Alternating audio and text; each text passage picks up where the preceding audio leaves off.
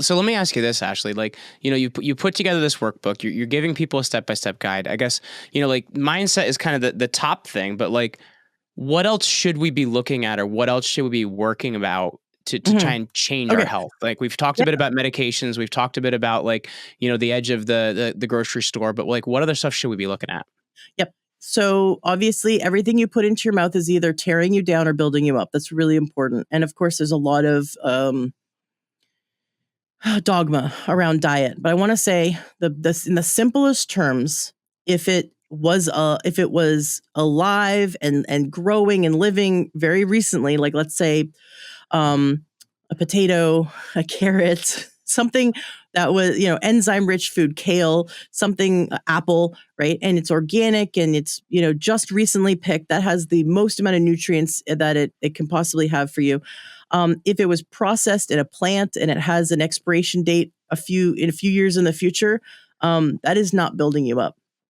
So you want to eat foods that would expire. Like if the power went out, would expire in the next week. The power goes out, you could not eat that 7 days from now, right? That's the kind of food you want to eat. You want to eat food that is whole foods. Some people want to take it one step further and go plant-based. I think that plant-based is remarkable for healing, and I think you can also do it wrong. So like people can become junketarians. Oh, I'm just not eating meat, but I'm going to eat a Twinkie. Yep, there's no meat in that Twinkie. That is not helping you. So, But I feel like there's also a lot of nutrition, like, you don't have to eat it all the time, but there's a lot of nutrition in that meat you're missing by not getting it too. um, there's a lot of controversy around that. And to keep it simple, I don't believe in diet dogma. I believe that we can use food as medicine. And there are times when you can go whole food, plant-based in a very specific way and get every single amino acid your body needs. There is not one nutrient that you can't get from plants that you do get from animals. However, I'm not saying that the 100% of the population should never eat meat again. That's not what I'm saying.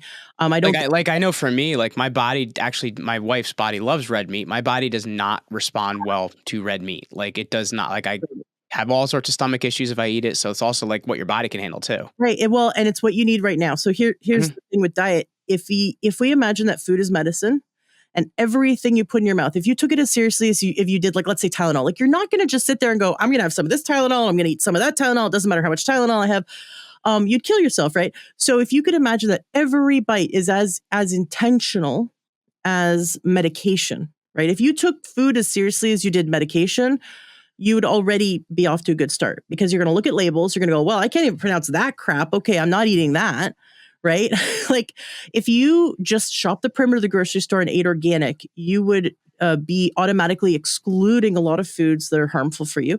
And then some people can handle dairy, some people cannot. If you're the type of person that can't handle it, get off it. I've got two great interviews about actually how unhealthy and unsafe dairy and cheese is, but that's not 100% of the population either, because there is a percentage of Europeans who their exposure to dairy for the last 10,000 years has made them well adapted to handle it. But the type of dairy matters, right? Are you going to get the store-bought kind, or are you going to get the raw A1 cow dairy or goat milk or whatever? So my thing is, I believe that we can use food to heal the body, and we got to start by cutting out the crap and cooking more food at home. We do talk about that in the book, and I give great examples and baby steps.